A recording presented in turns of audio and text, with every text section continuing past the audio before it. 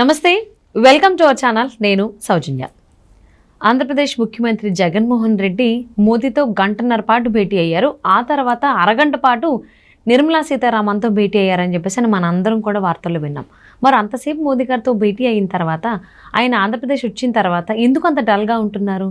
అంటే ఒక రకమైనటువంటి జోష్లో ఉండాలి కదా. ఆయన హామీలు ఇచ్చినప్పుడు సంతోషంగా ఉంటే ఆబ్వియస్లీ మనకి జోష్ వస్తుంది. ఆయన ఎందుకు జోష్లో లేరు? ఎందుకంత చాలా డల్గా డీలా పడిపోయి ఉన్నారు? అసలు ఏం జరిగి ఉండొచ్చు ఆ భేటీలో? ఈ అంశానికి సంబంధించి మనతో మాట్లాడడానికి, వారి విశ్లేషణని మనతో పంచుకోవడానికి ఈరోజు మనతో పాటు ఉన్నారు సీనియర్ జర్నలిస్ట్ డివిఎస్ గారు ఉన్నారు. వారితో మాట్లాడదాం. నమస్తే అండి. నమస్తే అన్న. జగన్మోహన్ రెడ్డి ఎంత హుటాహుటిన ఢిల్లీ వెళ్ళారో మనందరం చూసాం. సో అక్కడ చంద్రబాబు నాయుడు గారు అమిత్ షాని, అలాగే పవన్ కళ్యాణ్ గారు కూడా అమిత్ షా గారిని కలవడం జరిగింది. సో అమిత్ షా గారు కాకుండా జగన్మోహన్ రెడ్డి మోదీని కలవడం జరిగింది. సో గంటన్నర పాటు భేటీ అయ్యారని చెప్పేసి అని ఆయనకి సానుకూలంగా ఉండేటువంటి మీడియా చెప్తుంటే, కాదు కేవలం 15 నిమిషాలని చెప్పేసి అని ఢిల్లీకి సంబంధించిన మీడియా చెప్తుంది. అసలు ఎంతసేపు భేటీ అయ్యారు మోదీ జగన్మోహన్ రెడ్డి? అండ్ ఇంకొకటి, ఆయన హామీలు ఇచ్చారని చెప్తున్నారు, బయట టాక్ అలానే ఉంది ఆయనకు సంబంధించినటువంటి మీడియాలో. అయితే అంత హామీలు ఇచ్చినప్పుడు, అంత భరోసా ఇచ్చినప్పుడు ఆయనలో డల్నెస్ ఎందుకు ఉంటుంది? ఢిల్లీ నుంచి వచ్చిన తర్వాత 2-3 రోజులు అయింది, అయినా కానీ ఆ డల్నెస్ వచ్చినప్పటి నుంచి కూడా అదే కొనసాగుతూ ఉంది. అంటే ఏదైనా తెలియని భయం ఏమన్నా ఉందా? ఆయన ఏమన్నా అన్నారా? ఈయన ఏమన్నా పొత్తు పెట్టుకోకండి టీడీపీ జనసేనతో అంటే, నీకెందుకు, నేను పెట్టుకుంటే మమ్మల్ని వదిలే ఇక్కడతో, నీకు నాకు సంబంధం తెగిపోయిందని చెప్పేసి మోదీ ఏమన్నా జగన్మోహన్ రెడ్డికి చెప్పారా? ఒక షాకింగ్ న్యూస్ లాంటిది, అందుకే డీలాగా ఉన్నారు. అసలు ఏమై ఉండొచ్చు అంటారు? ఢిల్లీ వెళ్ళొచ్చాక జగన్మోహన్ రెడ్డి ఎందుకు డీలా పడ్డాడు? ఢిల్లీ వెళ్ళొచ్చాక డీలా పడ్డాడు అంతేనా? ఢిల్లీ డీలా ఏంటి? దీనిలో లాజిక్ ఏంటో చెప్పమంటారు? ఢిల్లీతో డీలా వచ్చేసింది జగన్మోహన్ రెడ్డికి. కొంచెం మా క్లారిటీ ఏంటి? అతను ఆశించింది జరగలేదు. అతను ఏదో కోరికని అప్పటికప్పుడు అకస్మాత్తుగా పిలవని పేరంటంగా వెళ్ళాడు. ఎవరు రమ్మని పిలవలేదు. అసెంబ్లీ జరుగుతోంది, అసెంబ్లీ సడన్గా క్లోజ్ చేసేసి వెళ్ళిపోయాడు. అంతకు ముందు రోజే చంద్రబాబు వెళ్ళి అమిత్ షాతో కలవడం, అలయన్స్ అయిపోయిన దీంట్లో దాన్ని చెడగొట్టడానికి ఈయన వెళ్ళాడా? చెడిపోవడానికి మోడీ గారు సిద్ధంగా లేరా? నీది నువ్వు చూసుకో, మాది మేము చూసుకుంటాం, నీకు మాకు ఇక చాలు ఇప్పటివరకు ప్రయాణం అని ఇంకా ఆయన కట్ చేశారా? అంటే ఎవరైనా వాళ్ళ సేఫ్టీ వాళ్ళు చూసుకుంటారు. అందుట్లో బీజేపీ ఏది, మోడీ షా, ఇవాళ వాళ్ళు భారతదేశంలో తెలుసు మీకు రాజకీయం ఏ విధంగా సాగుతోందా. ఇవాళ మోడీ షా రాజకీయం ముందు ఏ రాజకీయ పార్టీ కూడా నిలబడే పరిస్థితి లేదు. ప్రతిపక్షాలు అల్లాడిపోతున్న దీంట్లో జగన్మోహన్ రెడ్డి అక్కడికి వెళ్ళి గేమ్ ఆడాలనుకుంటే హనుమంతుడి ముందు కుప్పి గంతులా. అంటే ఏంటి, మీరు వాళ్ళతో పొత్తు పెట్టుకోబాకండి, నా మద్దతు మీకు ఇస్తాను అంటే ఆయన ఏదో సర్వే చూపించుంటాడు. ఏది ఇది నీ అంటే జగన్మోహన్ రెడ్డి ఇక్కడ ఏపీలో వాళ్ళందరికీ సర్వేలు చూపించినట్టు ఇప్పుడు ఆయన చూపించుకోబడ్డాడు. అంతే కదా. ఇప్పుడు ఏది ఇక్కడ ఎమ్మెల్యేలందరికీ పిలిచి ఒక్కొక్కరిని కౌన్సిలింగ్ పిలిపించి ఆయన నీ సర్వే ఇలా వచ్చింది, నీకు సీట్ ఇవ్వలేకపోతున్నాను అని ఈయన ఎట్లా అయితే తాడేపల్లిలో వీళ్ళ గొంతు కోసాడో, ఇప్పుడు మోడీ జగన్మోహన్ రెడ్డి వెళ్ళినప్పుడు ఇదబ్బా నీ సర్వే, నువ్వు ఓడిపోతున్నావు, నీకు కనీసం 25 సీట్లు కూడా వచ్చే అవకాశం లేదు, అసెంబ్లీ సీట్లు నీకు 25 వస్తే పార్లమెంట్ సీట్లు 3-4 వస్తే గొప్ప అని ఆ ఇంటెలిజెన్స్ సర్వే ఏదో పెట్టుంటాడు. జగన్మోహన్ రెడ్డి గొంతు ఆయన కోసుంటాడు. అంతే కదా. చెరపకురా చెడదవన్నమాట. చెప్పాడనమాట, నువ్వు చెడింది కాక మమ్మల్ని చెడగొట్టబాకరా నాయన, నీది నువ్వు చూసుకో అని చెప్పి పంపించేస్తుంటాడు. ఇక ఆ టైం అనేది ఏంటి, వీళ్ళు ఏమని చెబుతున్నారు, గంటన్నర అని చెప్తారు, వాళ్ళు ఏమని చెబుతారు, పావు గంట అని చెప్తారు. గంట బాబు వెయిటింగ్ రూమ్లోనే ఉన్నాడండి. ఛాంబర్లోకి వెళ్ళి కూర్చుంది 15 నిమిషాలే. బయటకు వచ్చినాక కొంచెం తలకాయ ఉంచుకొని మరి ఎవరితో మాట్లాడకుండా అందరినీ దాటి ముందుకు వెళ్ళిపోయాడు. ఎంపీలతో కూడా మాట్లాడకుండా వచ్చేసాడు. ఇలా చూసాం దీంట్లో. అదే ఈ డీలా. ఏది, ఒకవైపు ఏమో పొత్తుల భయం, మరోవైపు ఏమో చెల్లి భయం షర్మిల. డిస్కషన్లో మోడీ గారితో జగన్మోహన్ రెడ్డి మాటల్లో షర్మిల ఇష్యూ కూడా వచ్చి ఉంటుంది. ఓకే. ఎందుకంటే ఇవాళ హాట్ టాపిక్ షర్మిల ఇష్యూయే. తెలుగుదేశం జనసేన అనేది అది మామూలు అంశమే, అది కొత్తదేమీ కాదు. పొత్తు కూడా మామూలు అంశమే, అది కొత్తదేమీ కాదు. కొత్తగా వచ్చింది ఎవరు రాజకీయంలోకి? కొత్తగా వచ్చి ఇక్కడ చెడుగుడు ఆడుతోంది ఎవరు? షర్మిల. మోడీ బహుశా అదే మాట్లాడు ఉండొచ్చు. ఓకే. నువ్వు మా మద్దతు కోరటం కాదు, ముందు నీ చెల్లి మద్దతు కోరుకో. మీరు సరిగ్గా ఉంటే మా మద్దతు అవసరం ఏంటి అని చెప్పి జ్ఞానోపదేశం చేశాడా?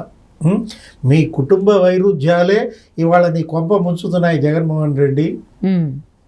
నీకు ఓటమి కూడా చెల్లి రూపంలో నీ వైపు దూసుకొస్తుందయ్యా. తెలుగుదేశం జనసేన నుంచి దూసుకొచ్చే భయం అది వేరు. ముందు నీ కుటుంబంలో ఉన్నటువంటి లోటుని ఆయన సర్వే రూపంలో చెప్పుండేసరికే ఇతను ముఖం వేలాడేసుకుని బయట వచ్చినట్టుగా మనకు కనపడుతుంది. ఇప్పటికి కూడా ఇతను ఆ షాక్ నుంచి తేరుకోలేదు. ఢిల్లీ నుంచి వెళ్ళొచ్చి ఇప్పటికి 2-3 రోజులు అవుతుంది.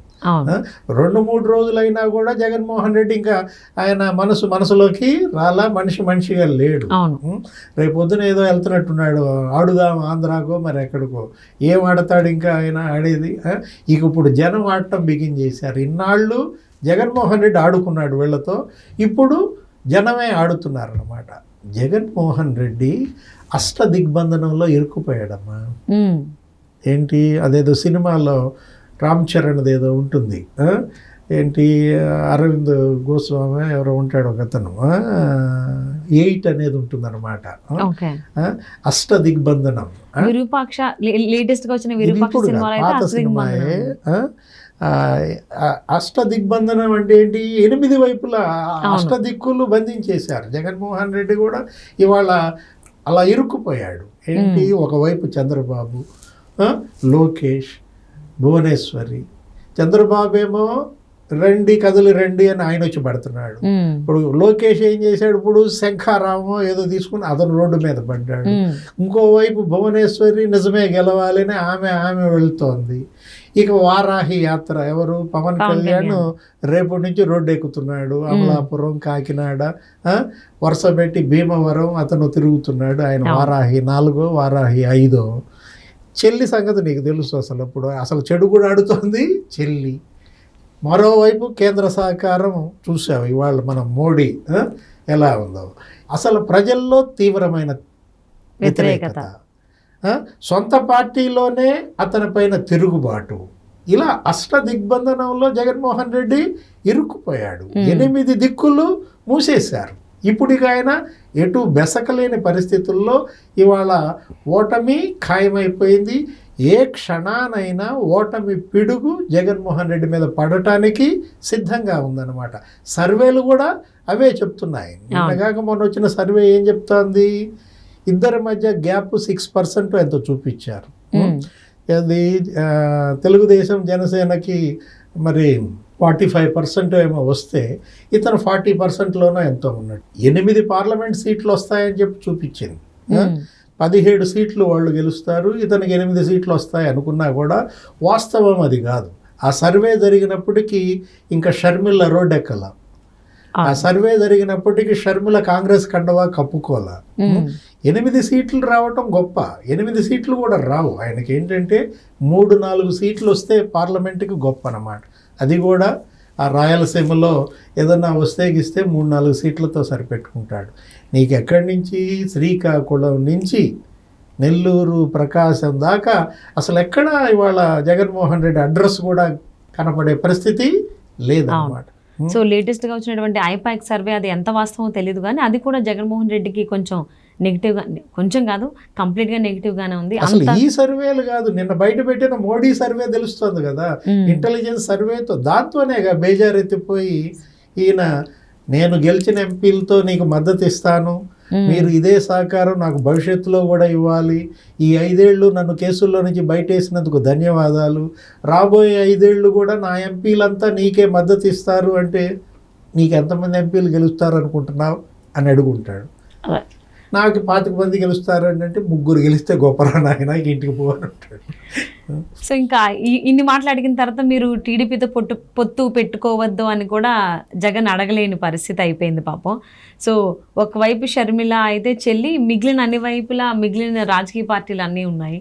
సో నిజంగానే మీరు అన్నట్టు అష్టదిగ్బంధనం అయిపోయింది. అందరిది ఒక ఎత్తు అయితే చెల్లిది ఒక్కటే ఒక ఎత్తు. సో మరి దీన్ని దాటుకుని ఏ విధంగా వెళ్తాడు పాపం? ఆ డీలా నుంచి ఢిల్లీ వెళ్ళి వచ్చిన తర్వాత ఆ డీలా నుంచి ఎప్పుడు బయటపడతాడు జగన్మోహన్ రెడ్డి? వేచి చూద్దామండి.